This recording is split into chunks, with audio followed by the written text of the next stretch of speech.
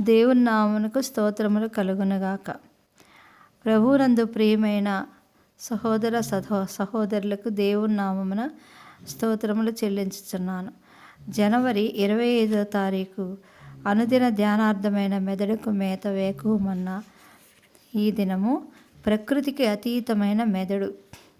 ప్రపంచములు దేవుని వాక్యం వలన నిర్మాణమైనవనియు అందును బట్టి దృష్టమైనది కనబడెడు పదార్థములచే నిర్మింపబడలేదనియు విశ్వాసము చేత గ్రహించుకొనుచున్నాము. మీకు ఒకవేళ విశ్వాసము లేనట్లయితే మీకు సరిగా గ్రహింపు లేదని అర్థము. విశ్వాసము లేని ఎడల ఆత్మీయ విషయములను గూర్చి మీకుండు గ్రహింపు కేవలము తప్పైన గ్రహింపై ఉన్నది. ఒక వ్యక్తి అతని యొక్క సహజమైన మెదడుతో లోకము యొక్క సహజమైన సంగతులను గ్రహింపగలడు. అయితే పరలోక సంబంధమైన వాటిని గ్రహించుటకు ఆత్మ ద్వారా పురికొల్పబడు విశ్వాసమునకు ప్రకృతికి అతీతమైన మెదడు అవశ్యము.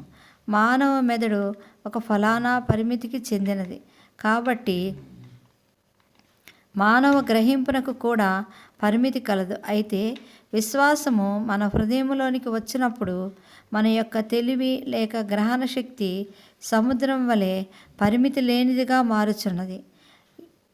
విశ్వాసము మన నుండి తొలగిపోయిన ఎడల మన ఆత్మీయ గ్రహింపు మృతమగును.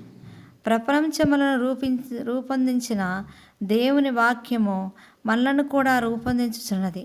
దేవుని వాక్యము విశ్వాస వాక్యమని పిలువబడుచున్నది. దానిని సృజనాత్మక శక్తి గలదు.